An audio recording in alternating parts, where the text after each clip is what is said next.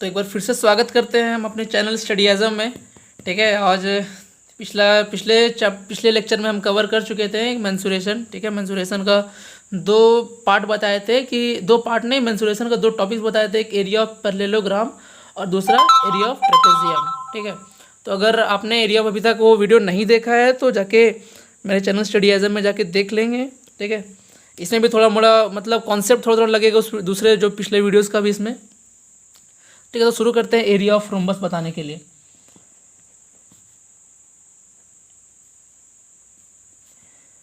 Area of rhombus. तो अगर बात करते हैं हमेशा कि मेरा राइटिंग बहुत गंदा है, थोड़ा सा नेगलेक्ट करते जाना मेरा राइटिंग को। ठीक है, तो एरिया ऑफ रोम्बस को अब एरिया ऑफ रोम्बस शुरू करते हैं। सबसे पहले तो हम जानते हैं कि रोम्बस होता क्या है। रोम्बस होता क्या है, तो एक फिगर पहले हम बना लेते हैं। ये रोम्बस,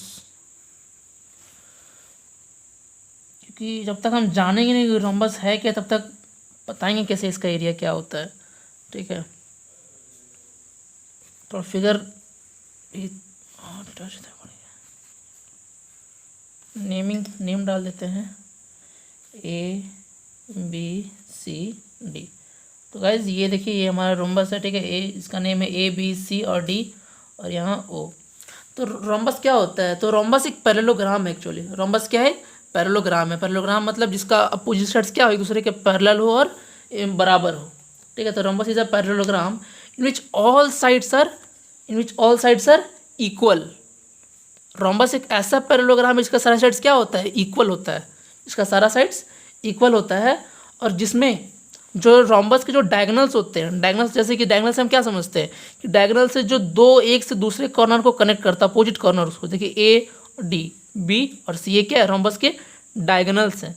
रोम्बस के डायगोनल से जो कि एक दूसरे को इंटरसेक्ट करते हैं, कितना पे, 90 डिग्री पे इंटरसेक्ट करते हैं। जब 90 डिग्री पे इंटरसेक्ट कर रहे हैं यानी क्या कि angle AOC is equal to 90 degree.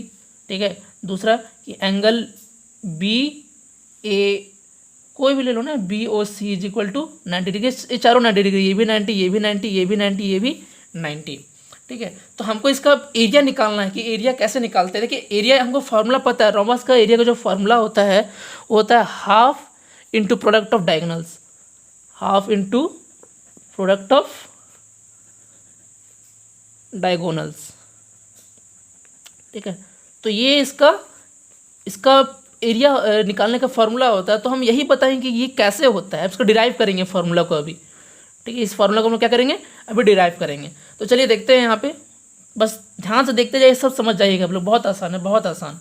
ठीक है, एरिया ऑफ रोम्बस, तो ध्यान से देखिएगा, पिछला भी वीडियो में हम बताए थे कि तोड़ना और थोड़ा सा जोड़ना होता है। कि ध्यान से देखिए, इस पूरे का एरिया निकालना है हमको, इस पूरे का एरिया निकालना है। देखिए दो ट्रायंगल फॉर्म हो रहा है, इस पूरे एरिया में दो ट्रायंगल फॉर्म हो रहा है। पहला जो ट्रायंगल बन रहा है BDA और दूसरा जो ट्रायंगल बन रहा है ACD।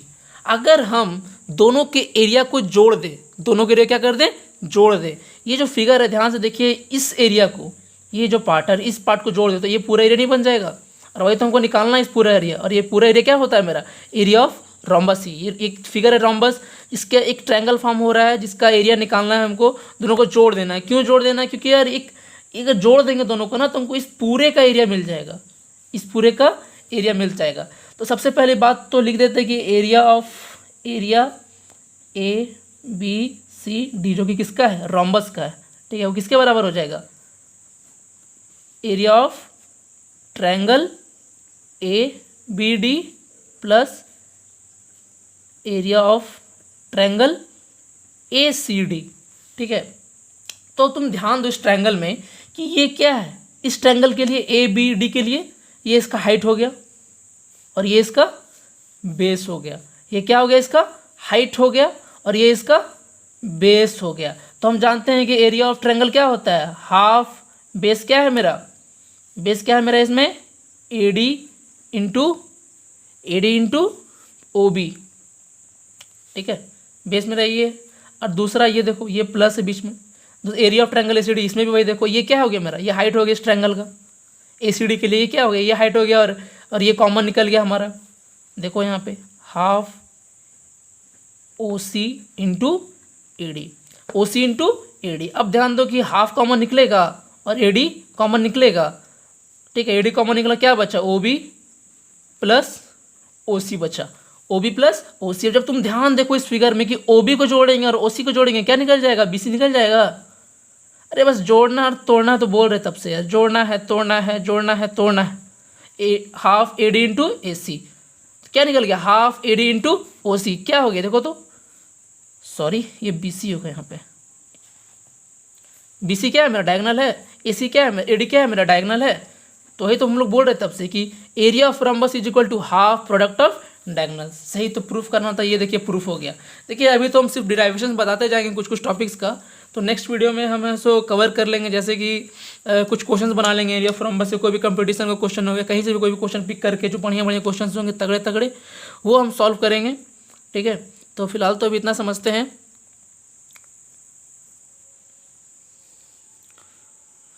तो आगे बढ़ते हैं। अब एरिया ऑफ रम्बस तो हो गया, अब एरिया ऑफ इक्विलेटरल ट्रायंगल देखते हैं। एरिया ऑफ इक्विलेटरल ट्रायंगल, जिसका फॉर्मूला कुछ ऐसे होता है, इसका फॉर्मूला कुछ होता है ऐसे होता है, √3/4 का साइड स्क्वायर, √3/4 का साइड स्क्वायर। हमको अब इसको डिराइव करना है, एरिया ऑफ इक्विलेटरल ट्रायंगल निकाल के। तो सबको पता होगा यार, सिंपल सा बात है, इक्विलेटरल ट्रायंगल होता क्या है।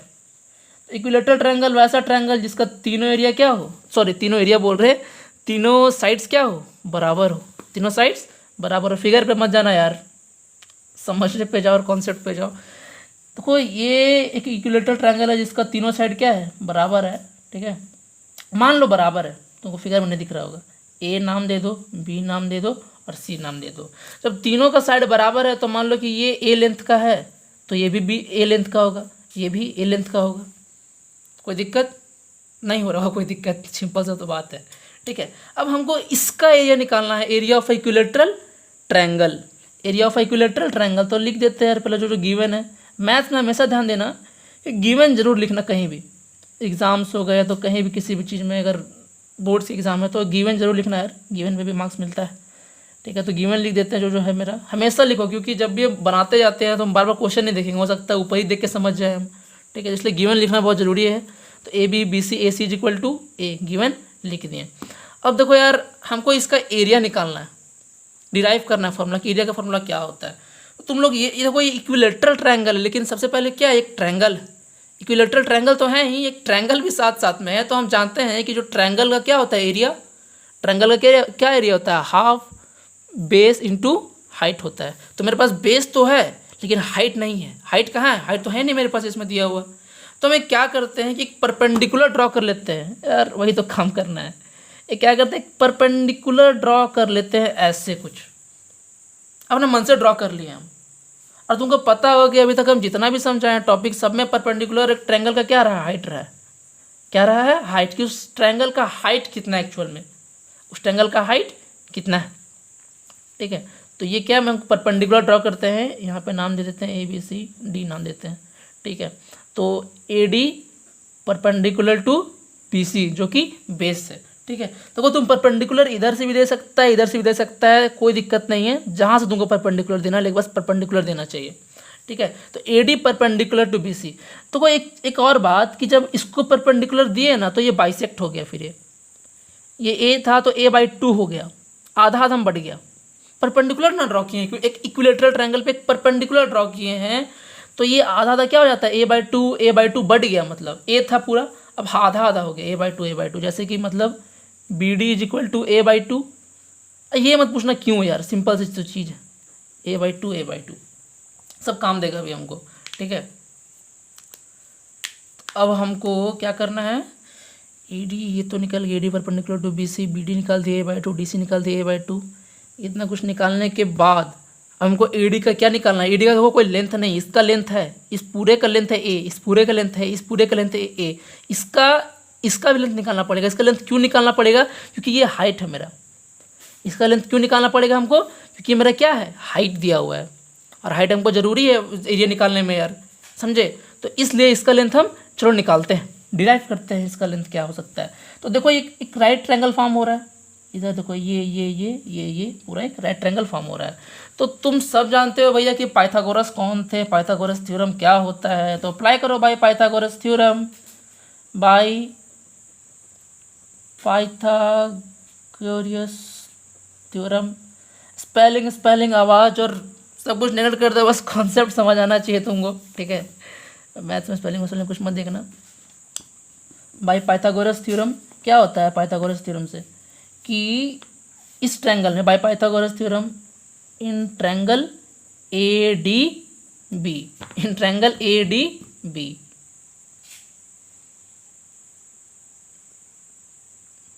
इन triangle A D B. Oh light का बड़ा दिक्कत है।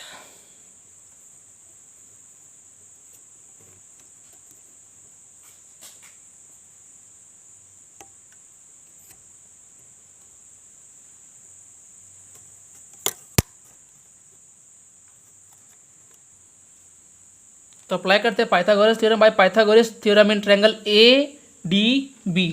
क्या जानते हैं कि जो मेरा ए बी है, ए बी का square is equal to A D का स्क्वायर प्लस पी डी का square, hypotenuse square is equal to base square plus perpendicular square. तो ए बी मेरा क्या है, ए बी मेरा ए स्क्वायर है, ए डी मेरा क्या है, निकालना है ए डी हमको, बी डी मेरा क्या है, ए बाई 2 का स्क्वायर है।